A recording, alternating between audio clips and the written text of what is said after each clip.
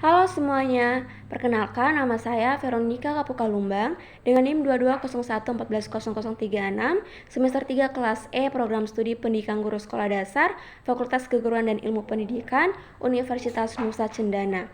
Di sini saya akan menjelaskan mengenai pengembangan pendidikan multikultural di Indonesia.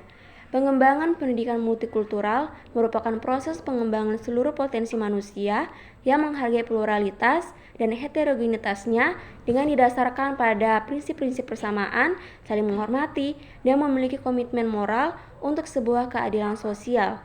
Perkembangan pendidikan multikulturalisme di Indonesia dibedakan menjadi 3 fase, yaitu yang pertama pendidikan segregasi pada masa kolonial dan prakolonial, yang kedua pendidikan bermodalkan melting pot, dan yang ketiga tahap pendidikan multikultural sekarang.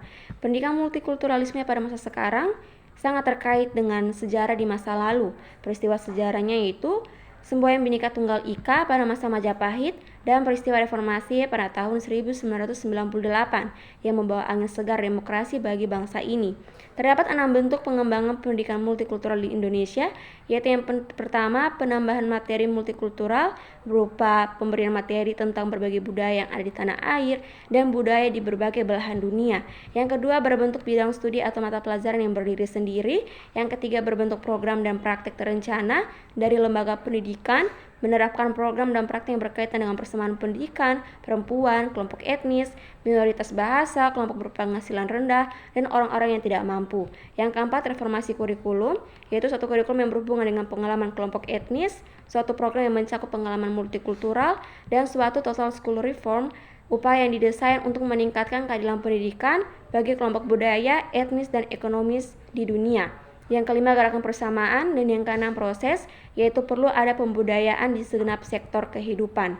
Terdapat 4 asas dalam pendidikan multikultural di Indonesia, yaitu yang pertama asas wawasan nasional atau kebangsaan, persatuan dalam perbedaan. Yang kedua asas Bhinneka Tunggal Ika, perbedaan dalam persatuan. Ketiga asas kesederajatan. Yang keempat asas selaras, serasi, dan seimbang.